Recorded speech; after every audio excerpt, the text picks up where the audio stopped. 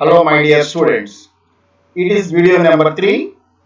It is the continuation video of video 2, that is block diagram of a computer system. It is the continuation video of video 2. In this video I am going to continue with central processing unit. In video 2 already I explained input devices, output devices. Here I am going to explain central processing unit. It is also called as CPU and also called as system unit. It is a brain of the computer. CPU is known as brain of a computer. If CPU is going to be halt, if CPU is going to be stopped, then the entire computer system is going to be halt. This entire computer system is going to be shut down. So CPU is the brain of the computer. So during the execution or during the processing of operations, it locates and executes the program. It executes the program instructions. So CPU is going to be executed. So for execution of all these instructions, CPU is going to be accepts data from the input devices. After accepting the data from the input devices, it is going to be executes all the instructions. So for making execution, it also fetches the data from the memory as well as input devices or output devices. So that means it is accepting the data from the input devices and also fetches the data from the memory and sends back to the, depends upon the device, like either memory unit or maybe to the output devices. So this central processing unit is an integrated circuit. Physically, it is an integrated circuit, silicon chip. It is mounted on a small square plastic slab surrounded by metal pins. So CPU is referred to as a microprocessor chip. So CPU is referred to as a microprocessor chip. It is an integrated circuit. It is an integrated circuit. It is like this. So this central processing unit is having a chip known as microprocessor chip. It is integrated circuit silicon chip. It is mounted on a small square plastic slab surrounded by metal pins. You observe these pins, all these pins. So it is referred to as a microprocessor chip. So the CPU itself can be divided into different functional units, as one is ALU, that is arithmetic logic unit. Arithmetic logic unit. Next one is control unit. Next one is control unit. And next one is register unit. Next one is register unit. So the CPU itself can be divided into ALU, CU, RU. ALU is nothing but a arithmetic and logic unit. Control unit. Next one is register unit. So what is arithmetic and logic unit? So here it is a part of the CPU. While executing the instructions, those instructions may have some arithmetic operations such as addition and subtraction, or may have some logical operations. All these addition or subtraction or multiplication or the division or maybe some logical operations like and or not, or maybe any some comparisons, or maybe any kind of calculations, all these can be performed by the ALU. So arithmetic and logic unit is very important part of a CPU which can make all the calculations. For making all the calculations, it can use some temporary registers. Some temporary registers. Temporarily and general purpose registers.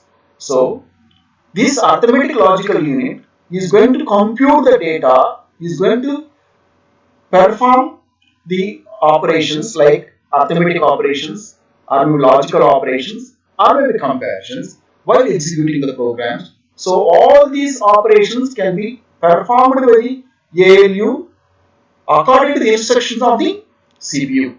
According to the instructions of the CPU. So CPU is going to give instructions to the ALU to perform all arithmetic operations or maybe logical operations or maybe any kind of comparisons. So the second kind of unit of the control unit, that is central processing unit, is register unit. It is high speed storage device. So this high speed storage device used to store the data temporarily while executing the instructions. So for example, let us take, if you want to add 10 numbers, first 10 numbers. If you want to add first 10 numbers, how you will add? First you are going to add 1 and 2. After adding 1 and 2, you are getting some result like 3. So again, you need to be add the 3 and the other number known as other 3. So for making this kind of addition, you need to store the intermediate result in some temporary storage area. Those temporary storage area is known as register. It is a small storage area and high speed storage device. The register can hold only 1 bit of information. It depends upon the register capacity.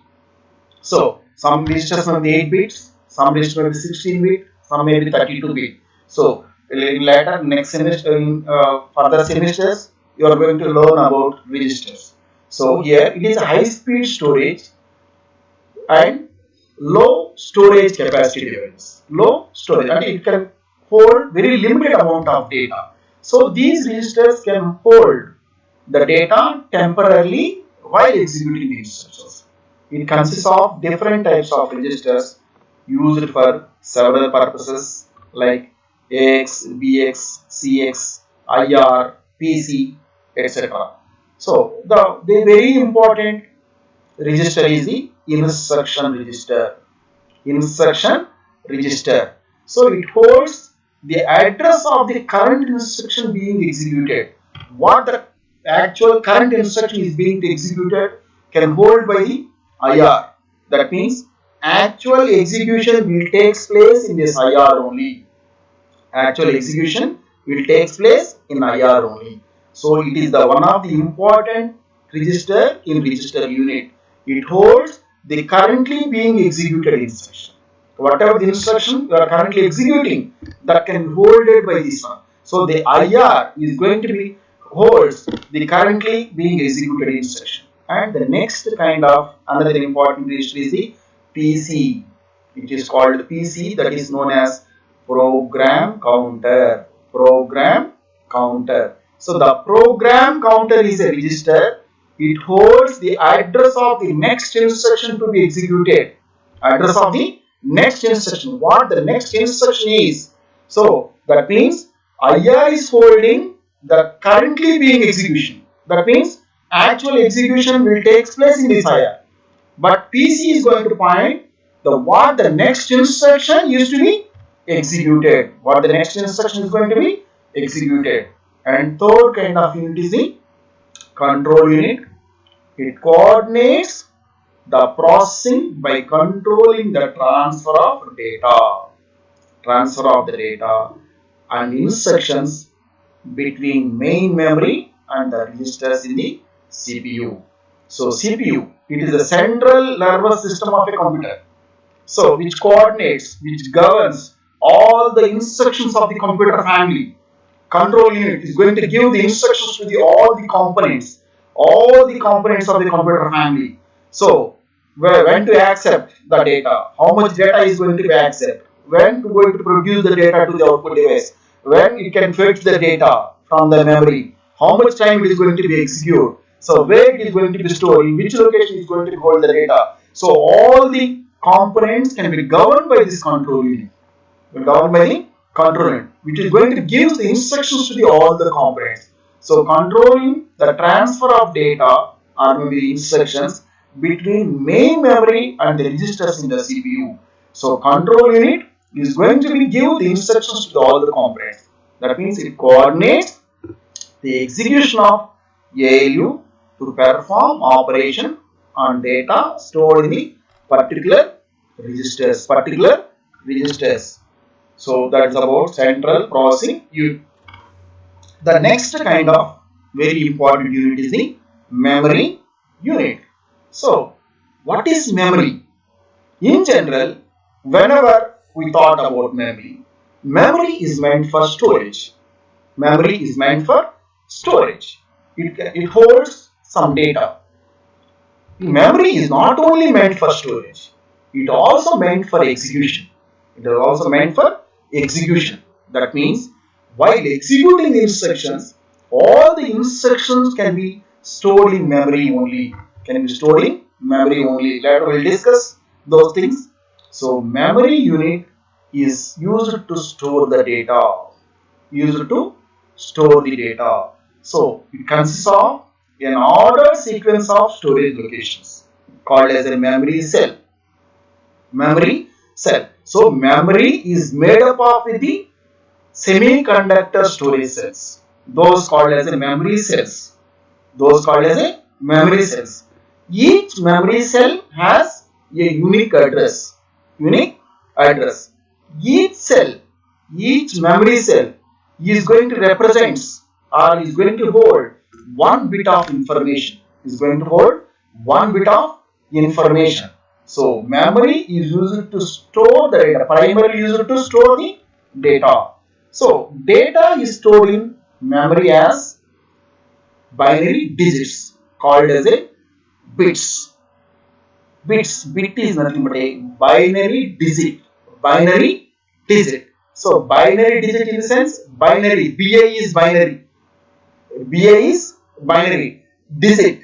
In last T is known as T. So data is stored in memory as binary digit. Each memory location can hold one bit of information.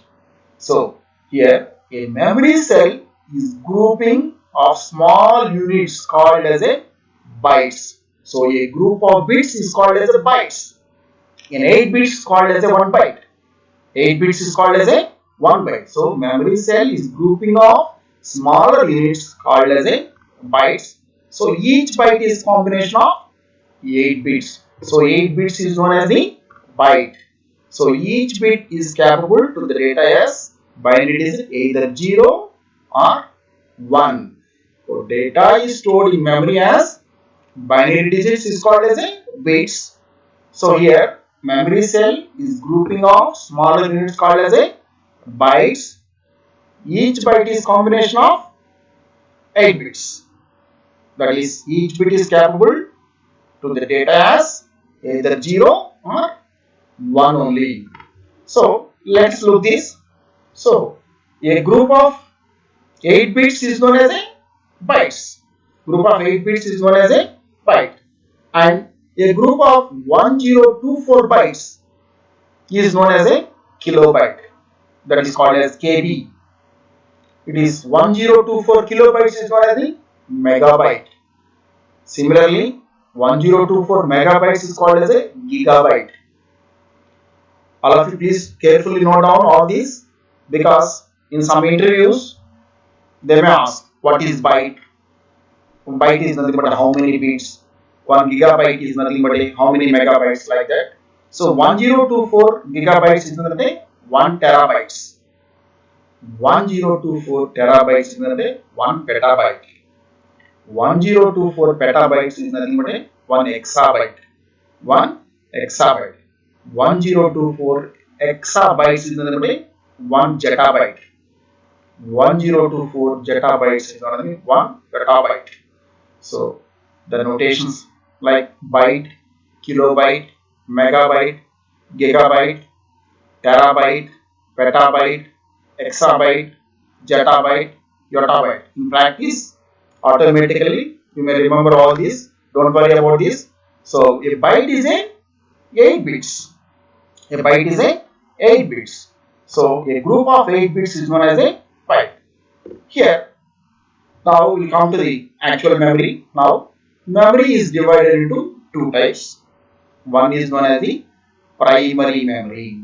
One is known as the primary memory. Carefully observe this. First one is primary memory. Next one is secondary memory. The memory is divided into two types as first one is primary memory, next one is secondary memory. First we'll discuss the primary memory. It is also called as main memory. It is also called as main memory. Primary memory also known as main memory. It is the memory where the data and programs are stored while the program is being executed along with data. So, primary memory is also known as main memory. Simply, while executing the programs, in the computer system, all the programs can be reside in main memory. All the programs will reside in main memory. So, while executing the program, which must reside in the main memory. If the instructions are not reside in main memory, it is not possible to execute. For execution of the program, CPU has to baud the instruction from secondary memory to the main memory. So, main memory is the memory which can hold the currently being executed instructions. So, most common types of main memories or primary memories are, first one is read-only memory. Read-only memory. It is abbreviated as ROM. ROM. Read-only memory. So here the name itself justifying that it is a read-only memory. Read-only memory. Here observe this, read-only. That means what we can do only here? We can read. That means it is not possible to write. So it is a read-only memory. Next one is random access memory. Random access memory. It is a read-write memory. Here we can read the data or also write the data. So first one is read-only memory. So we can perform what kind of operation? Read operation only. So it stores the programs or data permanently. So it is allowing the only what operation? Read operation. So it is a non-volatile memory. Non-volatile. So that means here the data is in the form of permanent. So non-volatile in sense, if any power failure comes also, there is no loss of data. All the data is permanent. Data will not be erased. Even any problem comes, even any kind of power failures or maybe different kinds of situation occurs also, the data will not be erased. So it is called as a non-volatile memory. Non-volatile in the sense data is permanent. It does not disappear even though the system is switched off. So please remember non-volatile. Non-volatile in the sense the data will not be erased even though power failure comes. So here the ROM, read-only memory, can be divided into furtherly divided into different categories. PROM, programmable read-only memory. It is also called as user programmable read-only memory. The other kind of memory is EPROM, erasable programmable read-only memory. Next one is electrically erasable programmable read-only memory. So here PROM is a programmable read-only memory, also called as user programmable read-only memory. So here ROM is a read-only memory. Here in this ROM, manufacturers will write the data. So whatever the data written by the manufacturer, it is permanent. So manufacturer will write the data in this ROM. So it is a non-volatile memory. The PROM, user programmable read-only memory. So here user is purchasing the empty ROM chip from the manufacturer. According to his instructions, according to his usage, he is going to be write the data in this PROM chip. After writing the data in the PROM chip at first time, then automatically the PROM will become as a read-only memory. ROM will become as a read-only memory. The other kind of ROM is erasable, programmable, read-only memory. Here also user can purchase the empty ROM chip from the manufacturer. Here the user is going to write the data in the EEPROM chip. After writing the data, whenever user wants to erase the data, he is going to be sent some ultraviolet scan rays into this EEPROM chip. Ultraviolet scan rays. So here this EEPROM chip is going to be exposed to the ultraviolet scan rays, then the data is going to be erased. Mainly these EEPROMs can be used for the research purpose. In research areas, they are going to be change the instructions according to their convenience, according to their program, according to their functional specifications. They are going to be changed. So each and every time they are going to make changes in this EEPROM by erasing the data by using ultraviolet scan rays. Here it is electrically erasable, programmable, read-only. Here it is going to be erase the data by using electrical signals. Here it is also used in researchers. So here all these are the different kinds of ROMs. So it is a ROM chip. It is inside the CPU. It is available inside the CPU. Usually it is fabricated on motherboard. It is inbuilt component on the motherboard. Then automatically ROM chip. So next kind of memory is the RAM, random access memory. It is a read-write memory. So here it stores the data, programs, results temporarily while executing. So it can allow both the operations, read operation as well as the write operation. It is a volatile memory. So that is the data which is stored will be disappearing when the power is switched off. Already I told that RAM is a random access memory. It is a read-write memory. Whenever you are executing any instructions, it can hold by the RAM. It stores the data temporarily. So whenever power failures comes, there is a loss of data. That means whenever power failure comes, then automatically the data which is residing in the RAM will goes off. So that kind of property is known as the volatile. So it is not permanent. So it requires continuous power supply. If anything happens to the computer system, if any disturbance occurs to the computer system, then automatically the data which is residing in RAM is going to be disappear. Here there are different kinds of RAMs. SDRAM, that is synchronous dynamic RAM. That is called as SDRAM. Next one is RDRAM, that is a rhombus dynamic RAM. Next one is the DDR RAM, double data rate RAM. All these RAMs will consume plus 5 volts of power supply. So it is a RAM chip which is available inside the CPU. Generally we may found on the motherboard there is a RAM slot. In the RAM slot there may be 8 MB RAM slot or maybe 16 MB RAM slot, 32 MB RAM slot. Nowadays it is in GBs, 1 GB, 2 GB, 4 GB, 8 GB RAM slot. In olden days 8 MB like that. Now it is 4 GB RAM or 8 GB RAM, 16 GB RAM. Depends upon the RAM. If the RAM size is very high, then automatically processing speed also very high. So that means whenever RAM is holding large amounts of data, then automatically it executes more number of instructions. That is the only thing.